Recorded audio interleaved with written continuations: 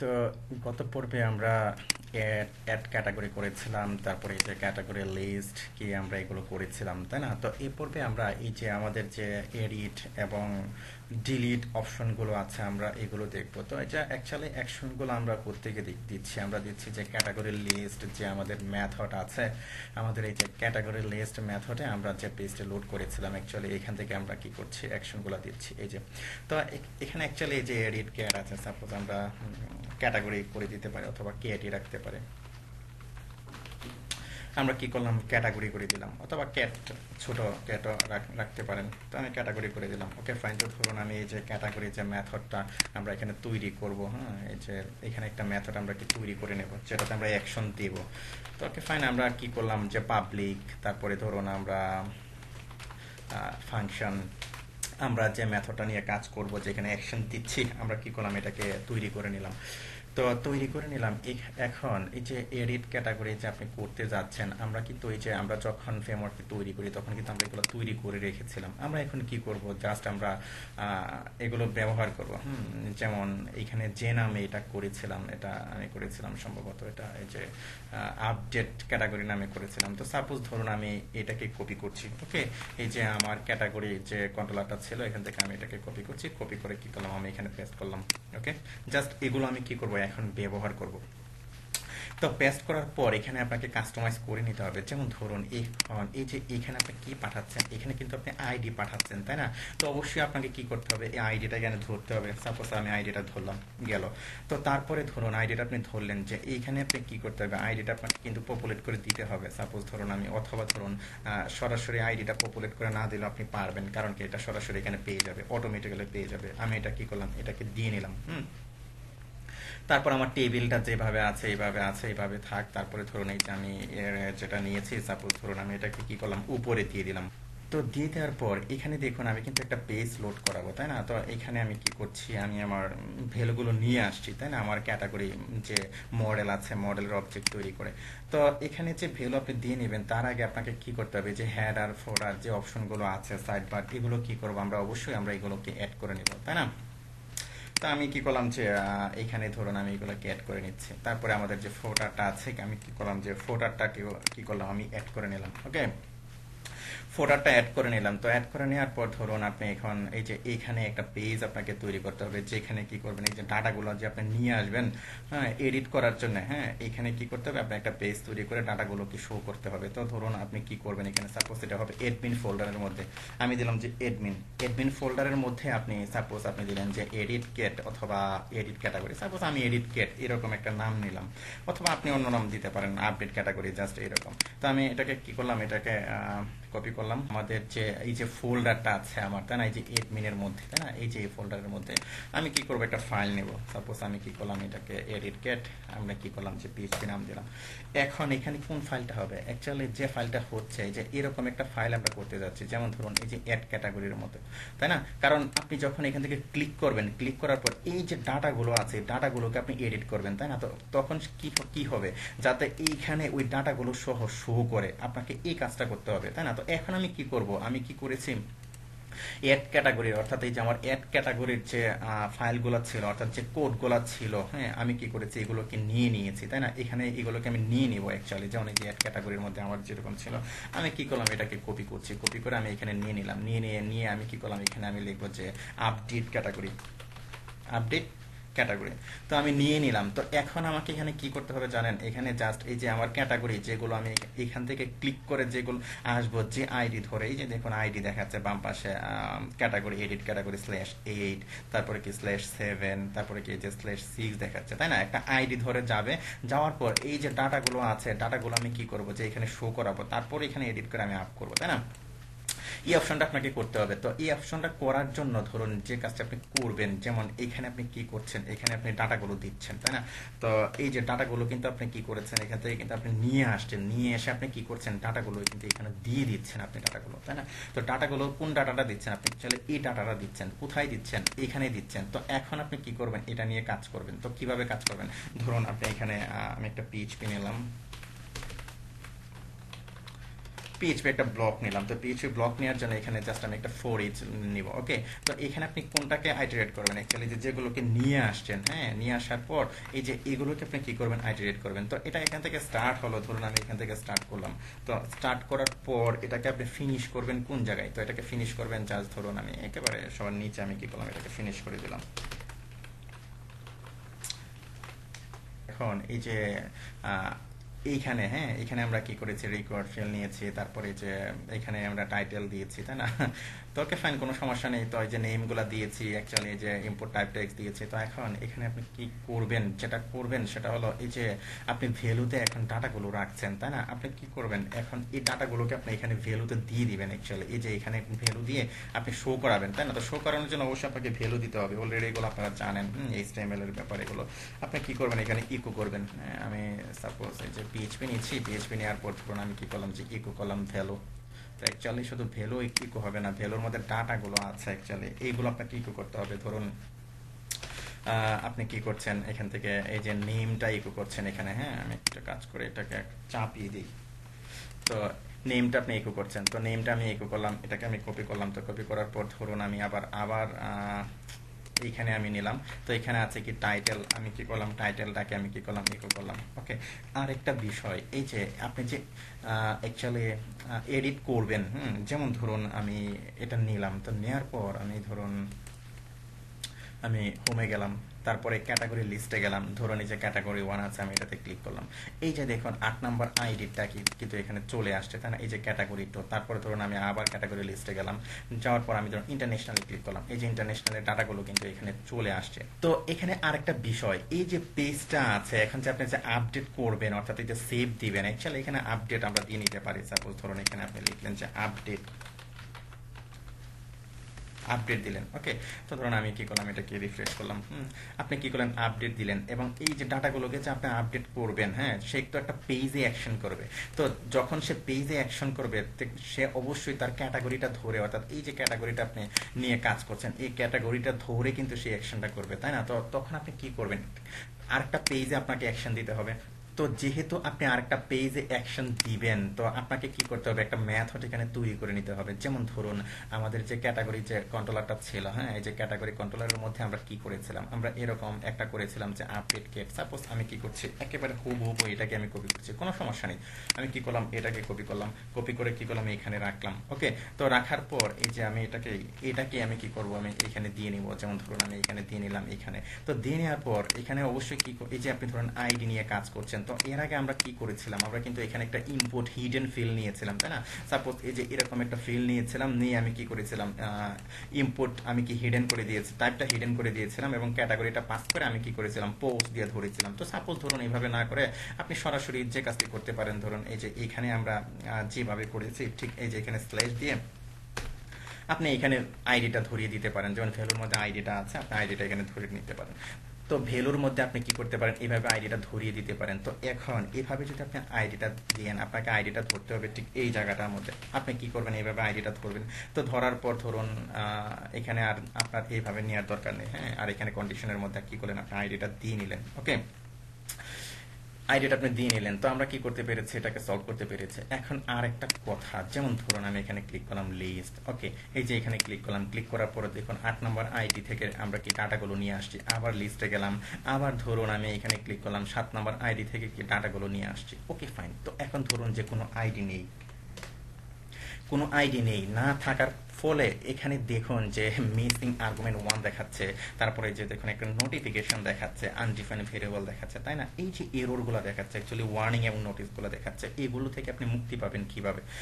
যেমন ধরুন মানে এখানে আইডি নেই, আইডি ছাড়া আপনি কি করলেন, এই মেথড আপনি ঢুকে গেলেন। তো এটা থেকে মুক্তি পাওয়ার জন্য যেমন ধরুন আপনি কি করেছিলেন, আইডি পাস করেছিলেন, তো প্রথম অবস্থায় আপনি কি করবেন, আইডিটাকে আপনি নাল করে দিবেন। ওকে, তো নাল জিনিসটা কি, তো নাল হলো একটা ডাটা টাইপ, এটা অ্যাকচুয়ালি জিরোও না আবার এমটিও না, অর্থাৎ খালিও না, এটা নিজে একটা ডাটা টাইপ। Okay fine. তো আমি কি করলাম, এটাকে নাল করে দিলাম। তো নাল করে দেওয়ার ফলে এখন ধরুন আপনি যদি এটাকে রিফ্রেশ করেন, রিফ্রেশ করার পর দেখবেন চলে গেছে। অথবা ধরুন আপনি লিস্টে গেলেন, আপনি এখানে ক্লিক করেন, এই যে 8 দিলেন, অথবা ধরুন আপনি এরকম অনেকগুলা দিলেন যেটা আপনার নেই। এই যে দেখুন এখন কিন্তু আর কোনো এরর শো করছে না, আশা করি বুঝতে পেরেছেন। আবার এখানে গেলাম, ধরুন আমি আইডিটাকে আমি রিফ্রেশ করে দিলাম, এখন কিন্তু কোনো এরর দেখাচ্ছে না, কিন্তু পেজটা দেখাচ্ছে। আশা করি বুঝতে পেরেছেন। তো আমরা কি করব, এখানে নাল প্রথমে কি ডিফাইন করে দেব। ওকে, তো সবগুলাতে কি যে নাল ডিফাইন করে দেব। ওকে, যাতে আমরা কি করতে পারি, এরকম এরর, আননেসেসারি যে এরর গুলো আছে, এরর থেকে কি আমরা মুক্তি পেতে পারি। Okay fine. তো এরকম আরো অনেক কিছু আছে, আপনারা নিজেরা এগুলো করবেন। আমি দেখা গেল যে টিউটোরিয়াল বানানোর সময় অনেক কিছু মনে থাকে না, স্কিপ করে যায়। তো এগুলো আপনারা করবেন। দেখা গেল যে অনেক ভ্যালিডেশন আছে যেগুলো দেখানোর প্রয়োজন পড়ে না, সিম্পল ভ্যালিডেশন, এগুলো আপনারা নিজেরা করবেন। Okay fine. তা আমি এখানে কি করলাম যে আমি এই পর্যন্ত নিয়ে আসলাম, নিয়ে আসার পর এই যে আমার আপডেট কেটের মধ্যে আমি অ্যাকশনটা দিলাম। কোত্থেকে অ্যাকশনটা দিলাম, এই যে এখান থেকে অ্যাকশনটা দিলাম, অর্থাৎ এই যে আমার পেজটা আছে এই পেজের আমি অ্যাকশন দিলাম। কোথায় দিলাম, আপডেট কেটে দিলাম। Okay fine.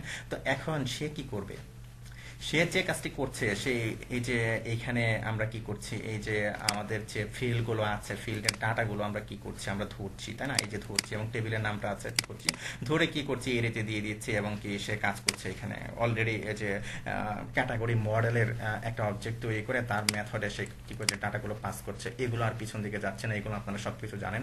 এবং যখন আমি এটা তৈরি করেছিলাম এগুলো ধরে ধরে আপনাদেরকে তৈরি করে আমি দেখিয়েছি। Okay fine. তো এখন ধরুন এখানে ক্লিক করলেন, তো ক্লিক করার পর ধরুন আমি এরকম ক্লিক করলাম, তো ক্লিক করার পর এই যে ক্যাটাগরি আপডেটেড সাকসেসফুল দেখাচ্ছে। তো এটা কোন পেজ, অ্যাকচুয়ালি এই পেজটা হলো এই যে আমার ক্যাট আপডেট পেজটা, অর্থাৎ এখানে অ্যাকচুয়ালি যখন তৈরি করেছিলাম আপনাদের করে দেখিয়েছিলাম এই যে ক্যাট আপডেট এই পেজটা দেখাচ্ছে, তাই না। তো আমার তো এই পেজে আসলে চলবে না, আমার আসতে হবে কোথায়, এখানে ক্লিক করার পর আপডেট নিয়ে তাকে এখানে আসতে হবে এবং মেসেজ শো করতে হবে, তাই না। আমরা কি করছি সেটা করতে যাচ্ছি। তো এটা যদি আপনি করতে চান আপনাকে কি করতে হবে, যেমন ধরুন অলরেডি কিন্তু এরকম করাই আছে, তাই না, এই যে এরকম করাই আছে। তো আমরা যে কাজটি করব, এর আগে কিন্তু দেখিয়েছিলাম যে আপনি কি পাঠাচ্ছেন, হেডার ফাংশনের মধ্যে আপনি পাঠিয়ে দিচ্ছেন, ঠিক এরকম ভাবে আপনি এখানেও পাঠিয়ে দিবেন। যেমন ধরুন এখানে এটাকে প্রেস করে দিলাম। ওকে, তো প্রেস করে দিলেন, তো ক্যাটাগরি লিস্ট যে পেজটা আছে পেজের মধ্যে যাবে এবং কি এই যে মেসেজ, আপনি যে মেসেজটা পাঠাচ্ছেন সে কি করবে, এই মেসেজটা নিয়ে যাবে। ওকে, তো এই মেসেজটা নিয়ে যাবে। আর অলরেডি এই যে ক্যাটাগরি লিস্টের মধ্যে আমরা কি করেছি, মেসেজটা এখানে ধরেছি মেসেজটা শো করানোর জন্য। ওকে, তো এখন ধরুন আমি কি করছি, আমি আবার ধরুন ক্যাট লিস্টে যাচ্ছি। তো এই ধরুন এখানে আছে কি ক্যাটাগরি 2 আছে, আমি ক্যাটাগরি 2 গেলাম। তো এখানে আমি দিলাম যে ক্যাটাগরি আদার, ক্যাটাগরি আদার দিলাম। সাপোজ ধরুন এটাকে কপি করলাম, আমি এটাকে দিলাম, দেওয়ার পরে ধরুন আমি এখানে আপডেট দিলাম। আপডেট দেওয়ার পর এই যে দেখাচ্ছে ক্যাটাগরি আপডেটেড সাকসেসফুলি। আবার এখানে কি দেখাচ্ছে, এই যে ক্যাটাগরি আদার কি আমরা কি আপডেট করে ফেলেছি। আশা করি বুঝতে পেরেছেন যে কিভাবে করেছি।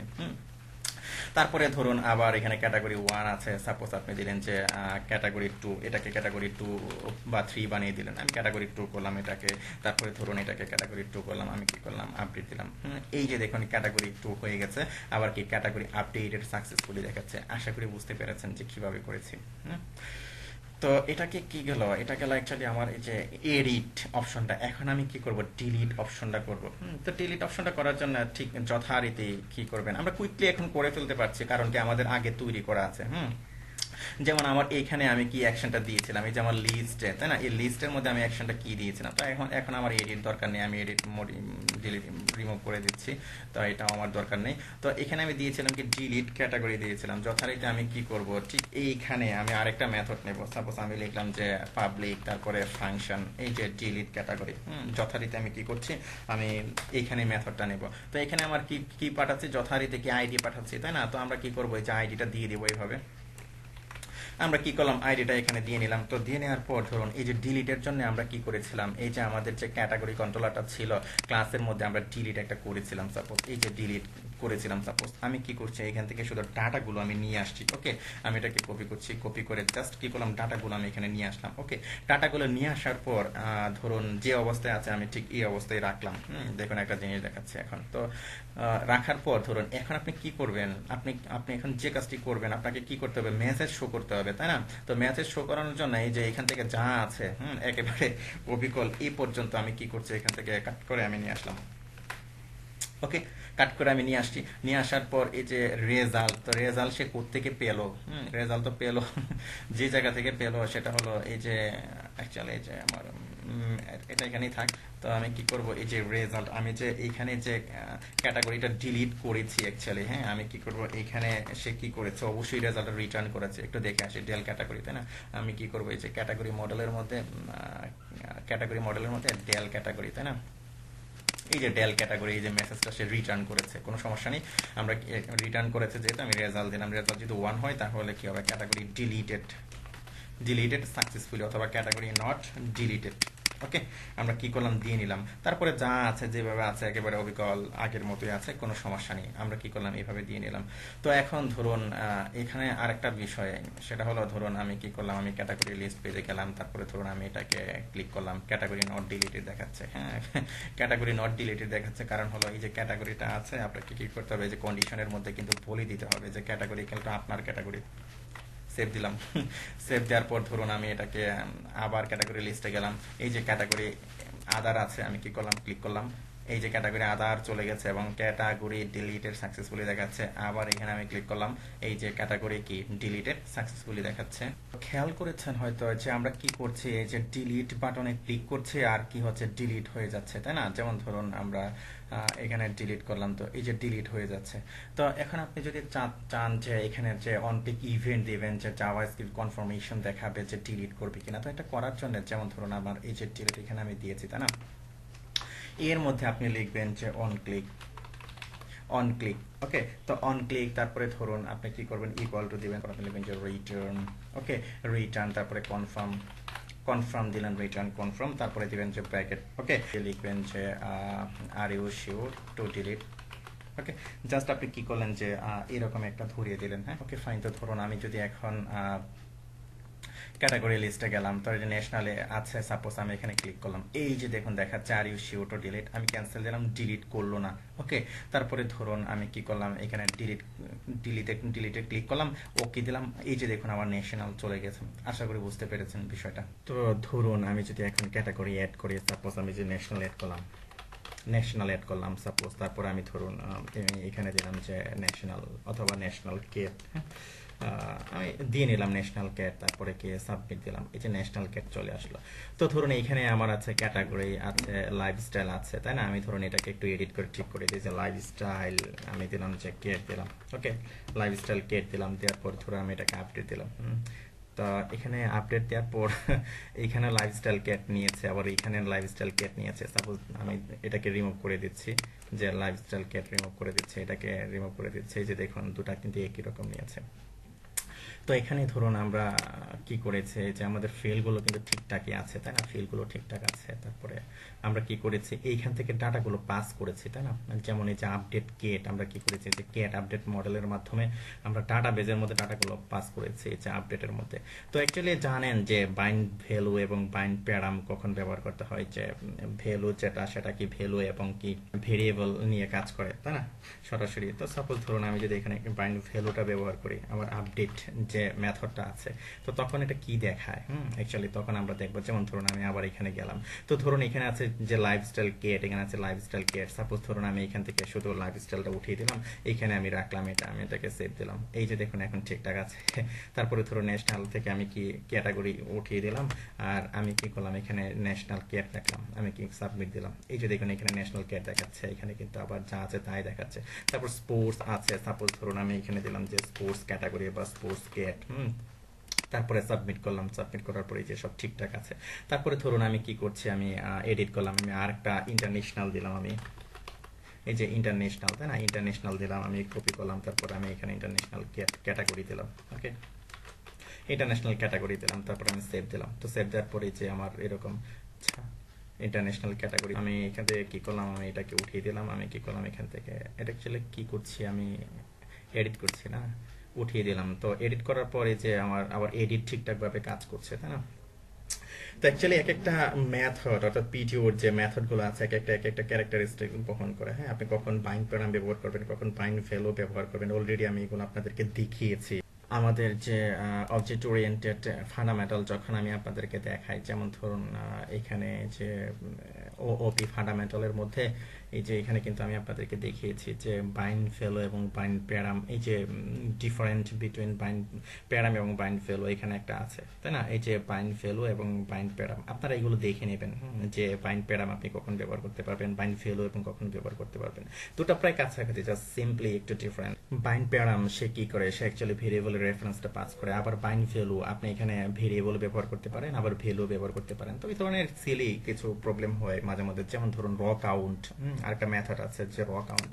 এটা অনেক সময় দেখবেন যে সব ডাটাবেজের সাথে সে কি কাজ করবে না, সব ডাটাবেজের সাথে। এটা অ্যাকচুয়ালি পিএইচপি ডট নেট এর মধ্যে বলা আছে। তখন আপনি কি করবেন, তখন আপনার ওই যে কলাম নাম্বার ধরে আপনাকে কাজ করতে হবে, তখন আপনার কুইরিটা আবার অন্যভাবে করতে হবে। তো এগুলো আপনার পিএইচপি ডট নেট ঘাটবেন, ঘাটলেই দেখবেন যে এগুলো আপনারা বুঝে যাবেন যে কোন মেথডটা কোন সময় কাজ করে না, বা কোন মেথডটা কোন সময় কাজ করে। পিএইচপি ডট নেট এর মধ্যে এগুলো সব বলে দেওয়া আছে। তো ওকে ফাইন, আমরা কি করেছি সাকসেসফুলি আমরা এখানে যে আমাদের যে ক্যাটাগরি এড, তারপরে ক্যাটাগরি লিস্ট থেকে যে ডিলিট এবং এডিট ডিলিট, সাপোজ আমরা কি করতে পেরেছি, আমরা এগুলো কি করতে পেরেছি সাকসেসফুলি। তারপরে যে ডিলিট কি, আমরা এগুলো সাকসেসফুলি করতে পেরেছি। তো ওকে ফাইন, ধন্যবাদ।